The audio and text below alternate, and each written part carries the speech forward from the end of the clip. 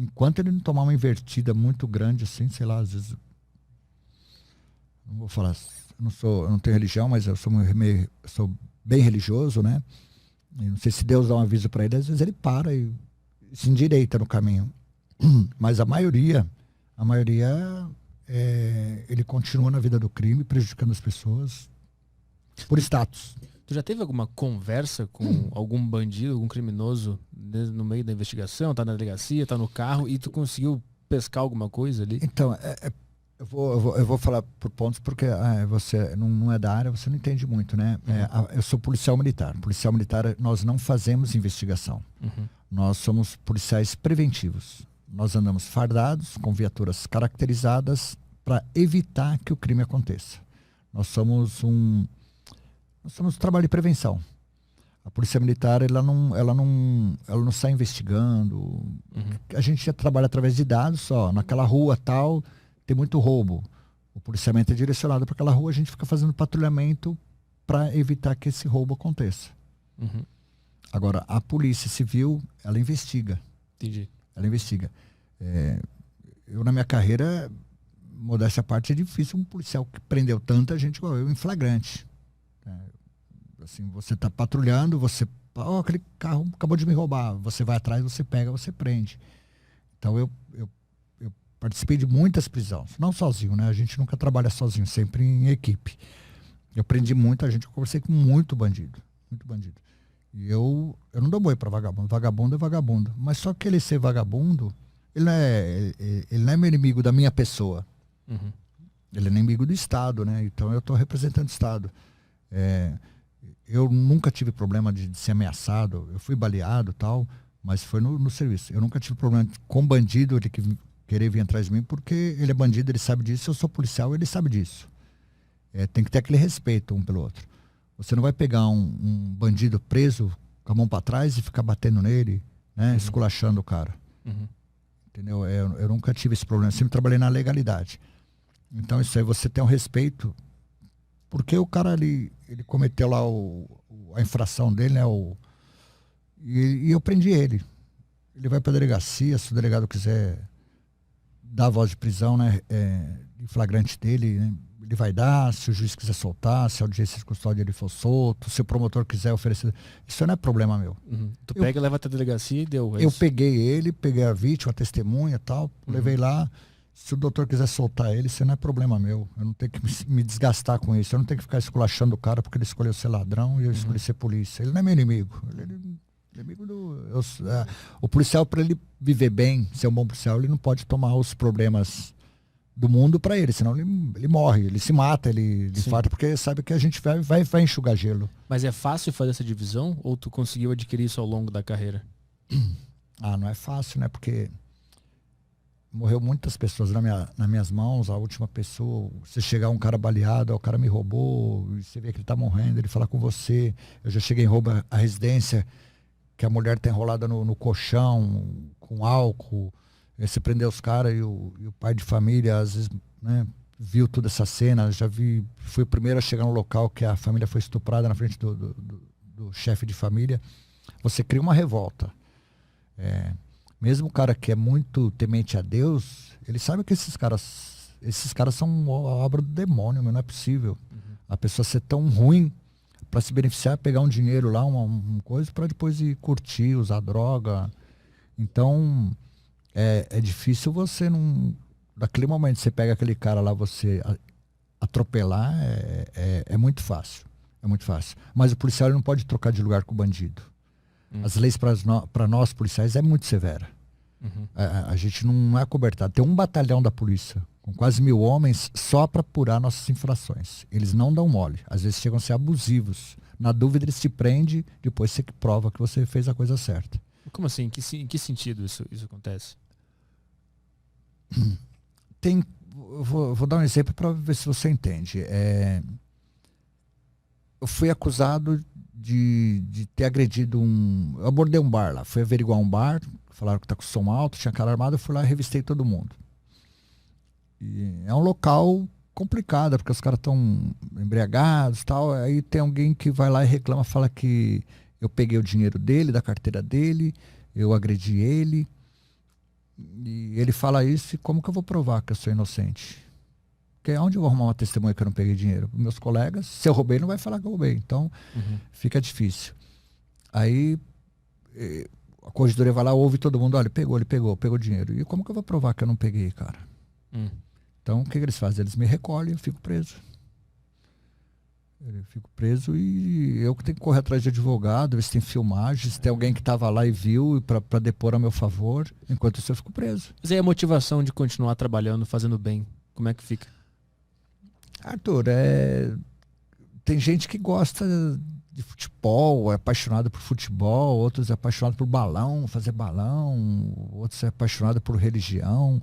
A gente é um sacerdócio isso aí, porque eu fiz 14 partos, cara. Você sabe o que é isso? Você trazer alguém ao mundo sem ser um cara específico para fazer isso. Eu não sou enfermeiro, mano. Eu salvei gente de acidente grave, de incêndio, de acidente de trânsito, pessoas baleadas, atropeladas, que eu fiz o socorro. Eu sei porque até os médicos falam no socorro, que o socorro foi bem feito. Um roubo que eu estava ali na hora certa. Isso aí, para mim, isso tem um valor que não tem preço. Né? O que tem preço as pessoas compram, o que tem valor você conquista. Essas conquistas que a gente faz durante a nossa carreira é uma satisfação própria que não tem preço. Sobrepõe aos problemas que tem na carreira. Sem dúvida. Senão você não tem lógica você entrar na polícia para ganhar menos de R$3.000 e passar por tudo isso. Sua vida está constantemente em perigo. Porque o que você tem de mais precioso na sua vida? É sua própria vida e sua liberdade. E ela pode acabar assim. Segunda-feira nós enterramos um colega. Ele estava estacionado com a viatura, veio um cara, deu um tiro nele, tomou a arma dele, ainda tinha uma policial feminina, deu um monte de tiro nela e falou, vou vir buscar você. E tá lá, morreu, mano. Ele foi inclusive ele é de Santa Catarina, né? Ele veio, largou toda a família lá, veio pra cá, um cara saudável, inteligente, bem fisicamente. O governo mandou uma bandeira do Brasil pra ela, um herói, obrigado por ter entregue o herói. E tipo assim, eu tenho certeza, se ele voltasse, ele faria fazer tudo de novo. Mesmo o sistema podre, corrupto, político, eu sei que ele faria de novo, eu também faria. Porque isso aí entra no sangue, quando você consegue fazer a diferença na vida das pessoas, isso para nós é muito importante. Mas não, como é que é viver sabendo que tem uma parcela tem um grupo criminoso ou bandidos que não gostam de ti pelo simples fato de tu estar nessa profissão e que tu pode estar em perigo a qualquer momento? Mentalmente não é estressante? Todo dia estar nisso? É que você pensa dessa maneira. Eu penso que quem deve estar estressado é ele que tem um cara igual eu atrás deles para prender eles, por ele atrás da grade. Cara, eu acho que quem deve se estressar são eles. Eu não tenho problema com isso, não. A gente não consegue ter uma vida social igual vocês têm, né? Uma pessoa comum tem. Eu tenho determinados lugares que eu não vou para evitar. Eu não vou em bar, não frequento boteco, não frequento bar. Mesmo eu gostando de jogar um bilharzinho, embora eu não beba, eu gosto de estar com os amigos que gostam de beber, lá conversando, papeando, eu não fico. Eu gosto de andar de moto, eu procuro não andar de moto aqui em São Paulo, é muito perigoso. E nós policiais somos condenados à morte, né? Se for pego de surpresa, se for do crime organizado, vai matar, porque nossa cabeça vale um prêmio na quebrada. Então a gente convive com isso. Mas se o cara vier me roubar também, e ele sabe que se eu conseguir evitar esse roubo, eu vou evitar. Eu vi outros pedaços de entrevistas que tu deu em outros podcasts. E eu percebi que tu parece ser bem frio e objetivo em relação a esse tipo de pergunta que eu faço. O que eu quero entender é quantos anos de experiência para tu adquirir essa visão mais objetiva das coisas. No início, quando tu entrou na polícia, era uma coisa mais calorosa, que a emoção te controlava em algum momento? Entendi o que você quer dizer. Nós temos uma escola de soldado. Nós ficamos 1 ano fazendo essa escola.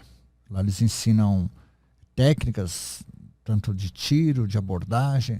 Nós chamamos lá de POP, né? Procedimento Operacional Padrão. Como que você vai abordar uma pessoa a pé, uma pessoa de carro, uma pessoa de moto, todo tipo de abordagem que foram feitas através de experiências, né? Dos policiais vão passando, dá problema abordar essa pessoa assim, ele reagiu dessa forma, vamos fazer desse jeito. Então, a gente vai se adaptando. Isso é ensinado ao recruta lá, policial novo. Nós aprendemos sobre direitos humanos, direito da Constituição, tudo o que você imagina, eles dão uma pincelada, porque não dá. Tem um advogado, para formar um advogado, são 5 anos e tal. Então a gente vai ter que conversar com o advogado, com o delegado, com o juiz, com o promotor, com o médico. Então eles dão um norte.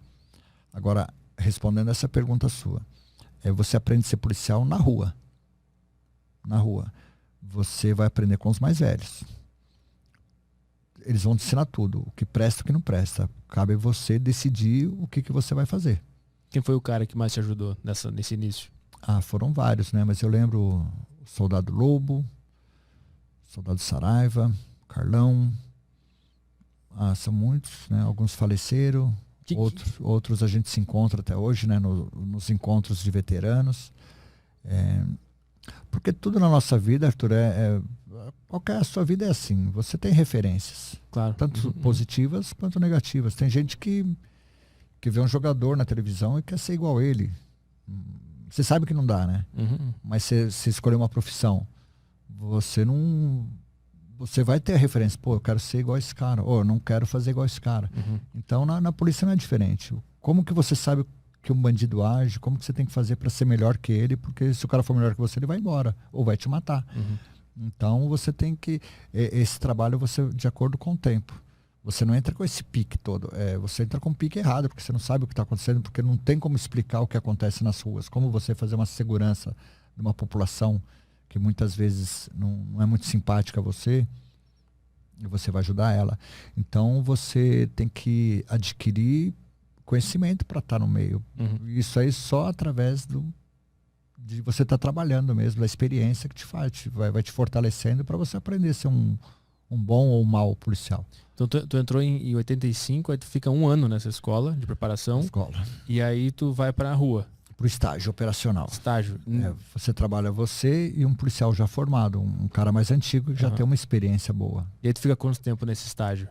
Até a vida toda, nunca acaba, né? Você ou você está ensinando, ou você está aprendendo, mas você já é um policial formado. Nessa primeira, sei lá, nos primeiros meses, quais foram os principais pontos que esses caras te passaram que tu sacou que acontece na rua? É visão, né, cara? Você tem que ter uma visão muito aguçada, um ouvido bom, porque você... Eu não vou conseguir te explicar se eu não dar um exemplo. Então, eu vou dar um exemplo. Nós estamos passando com a viatura assim numa rua. Quando você passa num cruzamento, você pega a sua visão, você olha lá no fundo e puxa. Você tem que identificar os carros que estão parados na rua. Se tem algum carro que o Copom jogou na rede, que acabou de ser roubado, você tem que ver, toda hora que uma pessoa é roubada e liga pro Copom, fala, um cara me roubou, como ele tá vestido? Assim, assim, assim. E ele fala no rádio. Você tem que saber, né? Você tem na sua cabeça, aqui na Vila Prudente, um indivíduo branco, de olho azul, com a camisa vermelha, tá armado, fez um roubo. Você já tem que buscar esse cara em todo lugar que você olha. Todos os comércios que você passa, você tem que olhar lá dentro. Por isso que às vezes as pessoas falam assim, pô, a viatura passou, ficou olhando para dentro do carro. A gente quer saber se dentro daquele carro, aquele Gol preto, tinha um cara negro, vestido de branco, com boné azul, porque acabou de falar que um cara fez um roubo. Às vezes na dúvida a gente olha, fica na dúvida, a gente vai e para, levanta a mão. Tu vira um radar ambulante, que tá sempre pesquisando. Mas é uma coisa natural. Eu quando me aposentei, eu não sei se é o número, esses são hoje, só na área que eu trabalhava, eu roubava 70 carros por dia. Como que você vai guardar na cabeça todas as placas do carro da sua área, fora outra área que não joga, porque é difícil o cara atravessar toda a área, né? Tipo, você mora aqui em Santo André, já é outro batalhão, já é outro comando de área. Então você fica com a cabeça a milhão. O policial tem um motorista, vou falar da Força Tática, eu trabalho mais em Força Tática, né? O motorista está aqui, tem um cara atrás dele que chama o terceiro homem. Esse cara, ele olha todos os carros, placa e recheio. A gente fala, placa e recheio, tem a prancheta lá, placa e recheio, tem que olhar. Recheio? O recheio é o que está dentro, né? Então, placa e recheio. Você viu o recheio daquele carro lá? O sargento às vezes pergunta para o banco de trás, você viu o recheio? Não, 2 caras, uma mina, tal. 2 senhores, 2 senhoras.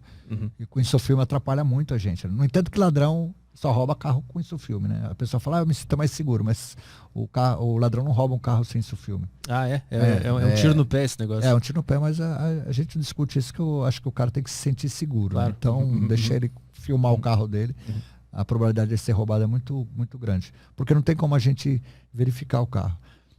Porque o que acusa o infrator é quando passa por uma viatura, só o jeito dele olhar pra gente tem alguma coisa errada. A gente já identifica na hora. É muito difícil o cara passar batido. Por isso que a gente prende tanta gente, cara. Uhum. Porque, né, nesse olhar. Do olhar já gera alguma coisa suspeita, aí você para pro diálogo e aquelas perguntinhas, onde você estava? Você mora onde? Você veio da onde? De quem é esse carro? Tal. Tu identifica que o cara tá tenso, que ele Sim, tá nervoso. Sim. Pelo olhar. Pelo olhar. O olhar é a janela da alma, né? Você consegue identificar muitas coisas através do olhar. Então, o nosso tipo de trabalho é esse. Essa detecção do olhar da pessoa, ela vem com a intuição ou existe uma literatura ou aulas que eles Tem ensinam? literatura. O cara, quando você pergunta a ele olha para o lado esquerdo, é porque ele está procurando uma resposta que ele não tem, então ele já vai mentir. Uhum. Então, mas eu estou falando assim, no olhar, a expressão da pessoa. Tem gente que tem mais capacidade, outras não, né? De identificar se a pessoa está mentindo, se ela está contando historinha, ela tem essa... Uhum. Mas antes de ter esse contato do diálogo, só de olhar para a pessoa passando assim, tu já consegue sacar se esse cara está nervoso ou não. Nós falamos que isso chama até tirocínio, né? Isso a gente não pode nem mais abordar falando isso. Antigamente a gente abordava usando isso. Nós podemos abordar pessoas, antigamente falava atitudes suspeitas, né? Uhum. Hoje o cara estava suspeito. Aí o juiz pergunta, por que é suspeito para você? Porque ele é preto? Porque ele é branco? Como que você vai explicar isso? Porque eu olhei. Você fala, não, eu olhei no olhar dele e achei suspeito. Sim. Uhum. Então isso aí caiu por água. A gente faz isso aí, né? Os policiais da ativa que são bons devem fazer isso, mas deve falar outra coisa pro juiz, porque você não pode abordar uma pessoa porque você achou ela suspeita. Pelo olhar. Uhum. Isso não é mais um argumento. Então isso aí não funciona, porque isso aí faz bem para a sociedade, né? Então às vezes nem sempre, às vezes o cara tá só sem carta, às vezes ele fez alguma coisa, a gente não sabe o que ele fez, mas fez alguma coisa errada, mas não tá cometendo um crime na hora lá. Mas a maioria dos casos que a gente pega é dessa maneira, o cara fez alguma coisa errada, porque quando o cidadão, mesmo que ele é de bem certinho, ele passa por uma viatura policial, ele vai te olhar, ele não vai disfarçar, virar a cara. Ele vai te olhar e aquele olhar ele gosta da polícia, ele odeia você, ou então nesse olhar ele vai falar que ele está fazendo alguma coisa errada e ele vai demonstrar nesse olhar. Uhum. Então, você não tem como a gente explicar o que é isso. Às vezes eu estava comandando uma equipe, eu também fico olhando para os carros recheios, eu olho a calçada aqui que eu estou passando e olho para os carros que vêm e tal. Aí eu falo para o meu banco, que geralmente é um recruta que tem 5 anos de polícia, né? Para nós é um recruta, já é um cara experiente, mas a gente não fala que a gente trata ele como recruta, né? Aí eu falo, você viu o recheio daquele cara? Daquele carro ali? Aí o cara fala, e o que você achou? Aí eu falo, você volta lá, vamos ver, tem alguma coisa errada lá. E sempre tem. Se eu falo para voltar, né? A experiência que a gente tem, se eu falo para voltar, os caras, como que você sabia? Eu falo, pô, tava escrito na cara do cara, pô. Isso vira natural depois de um mas tempo. Não, uma coisa, né? Vira intuitivo. Isso que eu tô falando pra você, não tem como a gente explicar isso, que nem na lei isso aí vale. Você fala para um juiz que você viu, o cara te olhou diferente. Como que você vai explicar isso? Porque você não tá na lei. Então, o cara demonstra, a gente tem que falar em outras palavras, o cara, ao presenciar a viatura policial, ele demonstrou um certo nervosismo, tentou se desvencilhar da abordagem, então você tem que inventar, mas na verdade isso aí a gente trata como um tirocínio, a gente sabe que tem alguma coisa errada, a gente para às vezes para ver o que é. Às vezes o cara gosta, da polícia não gosta, sei lá. Ou então ele fez alguma coisa errada, às vezes ele tá sem carta, ele vê a polícia, ele já treme, ele começa a suar, você só para, às vezes para assim no farol, você olha do lado do cara, o cara tá assim, ó. Não precisa nem ser muito sério. Começa a suar, tá frio, o cara começa a suar assim. Quando eu esquecia a CNH em casa, eu ficava assim. Aí você faz assim na cena, uau! Aí o cara desmaia. Então, isso aí não tem como a gente explicar. O cara demonstra pra gente no dia a dia. Você patrulha um bairro violento, tá todo mundo assustado com medo de bandido, com medo de ladrão. E todo mundo tem medo da polícia também. Então, fica difícil trabalhar. Mas que eu falei pra você, é um mal necessário. A gente precisa estar lá. Porque se não tiver, vira Bangu. Depois de quanto tempo da tua entrada na polícia, tu teve que aconteceu alguma coisa que tu teve que tomar uma atitude? Qual foi a primeira ocorrência que te marcou? Como eu fiz, são várias histórias, né? Eu acho assim, o primeiro impacto realmente que eu tive de ocorrência, eu fiz escola em Presidente Prudente, uma cidade mais de 500 quilômetros aqui de São Paulo. Eu fiz escola de soldado lá no batalhão interior, eu fiquei lá, Laranjeira, né? Eu fiquei morando lá no batalhão. E quando eu me formei, eu consegui vir para Campinas, a 100 quilômetros aqui da capital.